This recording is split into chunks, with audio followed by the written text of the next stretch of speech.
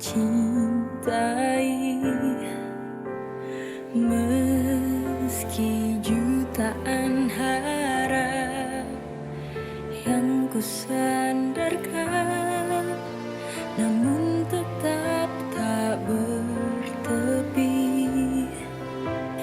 Kau tinggalkan semua saat ku telah terbiasa denganmu.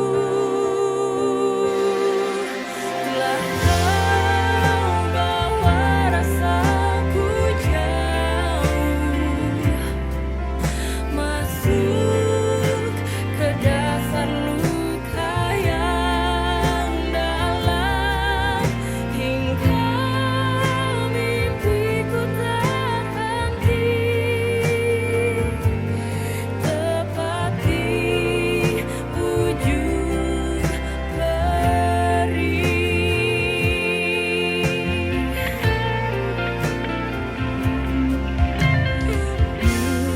Meski jutaan harap yang ku sandarkan, namun tetap tak bertepi.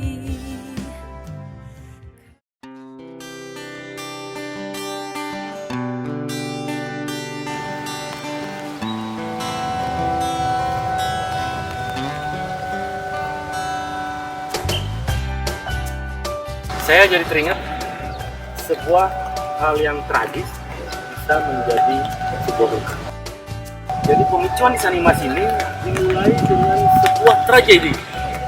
Jadi tragedi kalau dilihat dalam suasana yang sebaliknya, jadi ada ibu-ibu pengelola lingkungan, salah satu focal point kami, pada akhirnya meninggal karena penyakit akibat waterborne disease, air yang tercemar.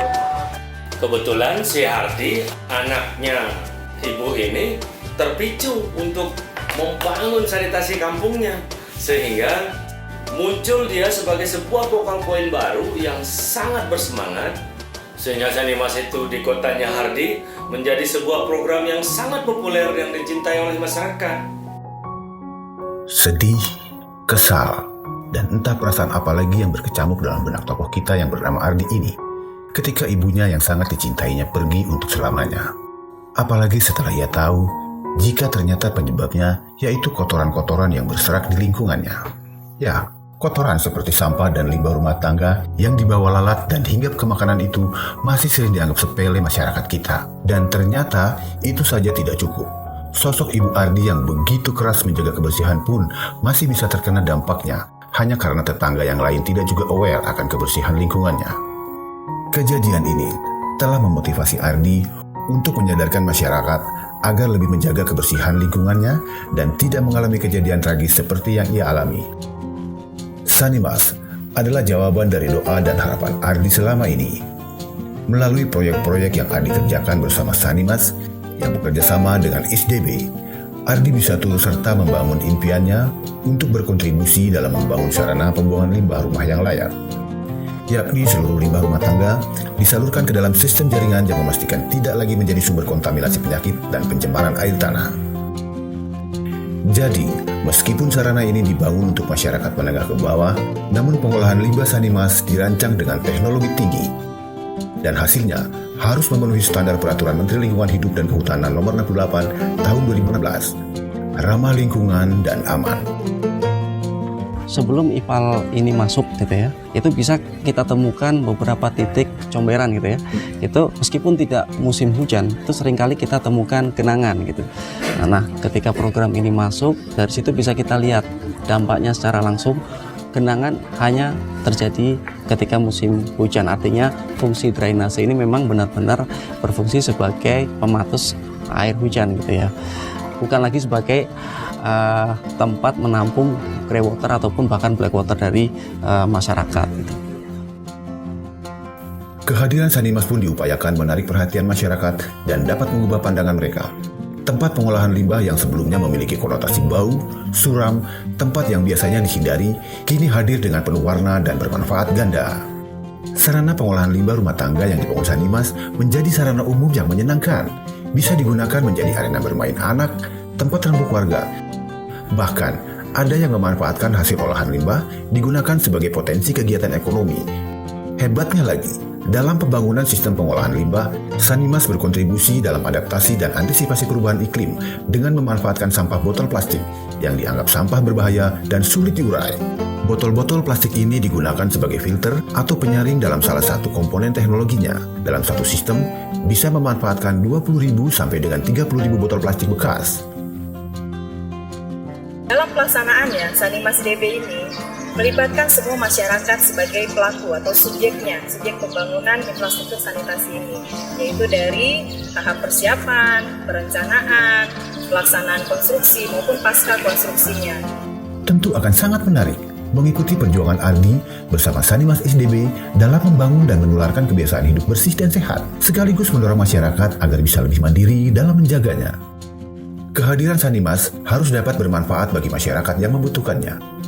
Untuk itu, pada tahap awal, petakan dulu lingkungan mana saja yang minim akan sarana sanitasi, pemukiman mana saja yang padat, kemudian mencari lingkungan warga yang memiliki komitmen. Setelah itu, petugas Sanimas bersama warga akan melakukan seleksi lokasi partisipatif atau selotif dan memberikan kesempatan warga setempat untuk menentukan prioritas lokasi yang akan dibangun. Setelah itu, petugas Sanimas bersama warga menjalankan semua tahapan dalam rembuk warga dengan semangat kesetaraan. Dalam rembuk ini, setiap orang punya kesempatan menyampaikan pendapatnya, gagasannya, ide-ide yang akan dituangkan dalam rencana kerja masyarakat atau RKM. Masyarakat yang telah menggunakan sarana Sanimas didorong untuk lebih mandiri. Salah satu caranya adalah dengan membentuk kelompok pemanfaat dan pemelihara atau KPP untuk memastikan sarana ini berfungsi, terpelihara, dan berkesinambungan. Tugas KPP dalam menjaga kesinambungan ini diantaranya, pertama, membina masyarakat pengguna untuk melakukan pemeliharaan rutin sarana Sanimas di rumahnya sendiri.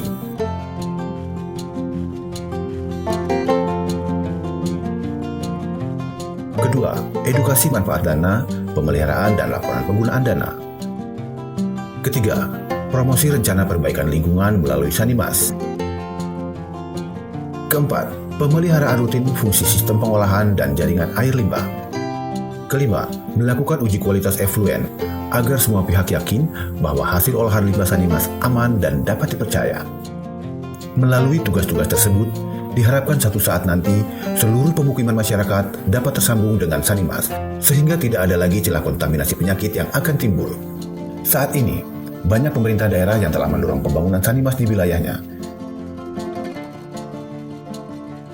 Dinas Pekerjaan Umum, Dinas Kesehatan, Lingkungan Hidup, Pendidikan, bahkan media dan pihak swasta untuk bisa memperluas layanan Sanimas. Sosialisasi tidak hanya sekedar menyampaikan informasi, tetapi juga melakukan konsolidasi dalam meningkatkan kerjasama atau kolaborasi. Pemda juga ikut memastikan rencana kerja masyarakat sesuai dengan prioritas sasaran dan target minimal layanan melalui kegiatan verifikasi RKM. Selain itu, banyak juga pemerintah daerah yang telah menyediakan dana APBD untuk mendukung pengolahan program Sanimas. Di antaranya adalah dalam bentuk kegiatan kampanye sanitasi, pelatihan pelaku program di tingkat masyarakat, monitoring, bahkan upaya pemeliharaan sarana melalui dispensasi biaya pengurasan lumpur limbah.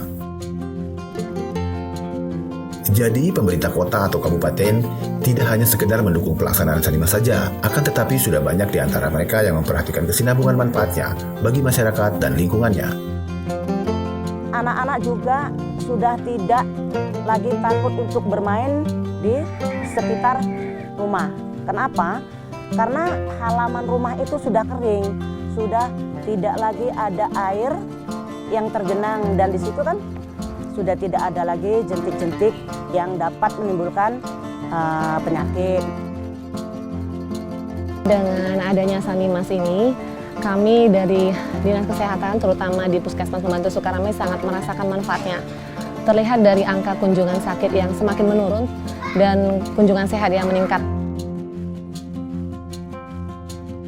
Pemerintah Kota Bengkulu yang saya katakan di awal tadi berterima kasih, dan kami sangat merespon program ini. Buktinya adalah kami menganggarkan dana pendamping 15% dari yang anggaran total oleh Sanimas DB ini.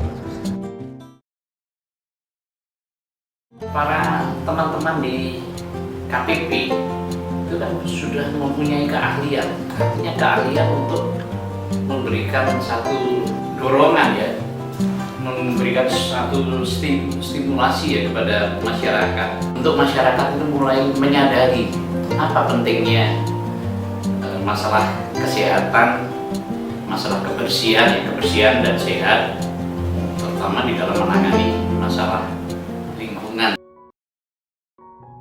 Ada isu yang sangat hangat sekarang ini di tanah air, yaitu masalah stunting. Artinya dia tidak bisa menyerap makanan dengan baik. Itu biasanya terjadi pada anak balita karena terpapar oleh penyakit-penyakit yang disebabkan sanitasi buruk, misalnya diare dan sebagainya, sehingga usus anak-anak kecil itu tidak bisa menyerap dengan baik. Kemudian juga anak itu akan rentan penyakit. Kalau rentan penyakit, kemudian sering tidak bisa bersekolah dengan baik. Akibatnya terhambat pertumbuhan, pendidikan, dan sebagainya. Di sini Sanimas perlu hadir di tempat Bapak Ibu sekalian, teman-teman sekalian, supaya lingkungan menjadi sehat. Oleh sebab itu, marilah kita semua memelihara lingkungan kita, lingkungan sekitar rumah kita, sekitar kehidupan kita, supaya kita bisa berproduktivitas lebih tinggi, anak-anak bisa bersekolah, dan kita bisa selalu sehat.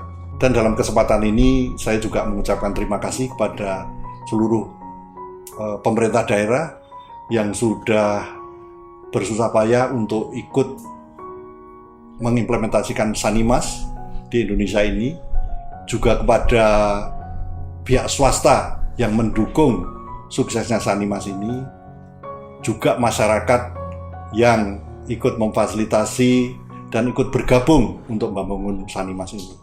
Semakin hari cerita tentang Sanimas ini semakin menarik.